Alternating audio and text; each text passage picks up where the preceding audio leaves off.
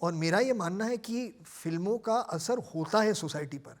मैं ये कभी नहीं कह सकता कि फ़िल्म सिर्फ एंटरटेनमेंट है, आप इसे सिर्फ एंटरटेनमेंट के नज़रिए से देखिए, इसका कुछ प्रभाव नहीं होता सोसाइटी पर। मैं ये नहीं मानता, हो सकता है अलग लोग ऐसा मानते हों और ऐसी फ़िल्में, इस वजह से ऐसी फ़िल्में बनाते हों।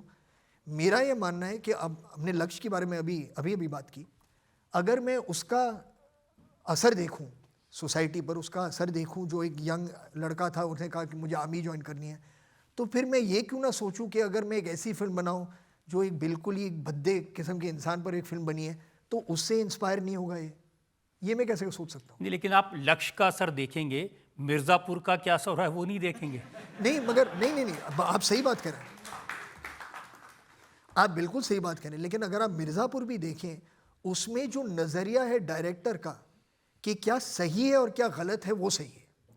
मतलब जो इंसान उसमें भी बुरा है, वो बुरे काम करता हूँ, मैं दिखा रहा हूँ आपको।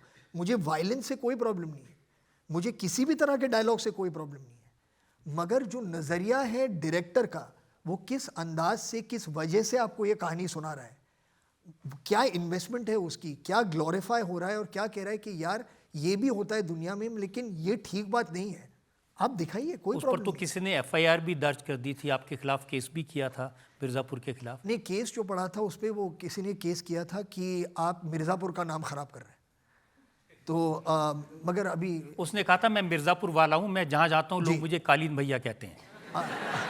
अच्छा ये मुझे याद नहीं।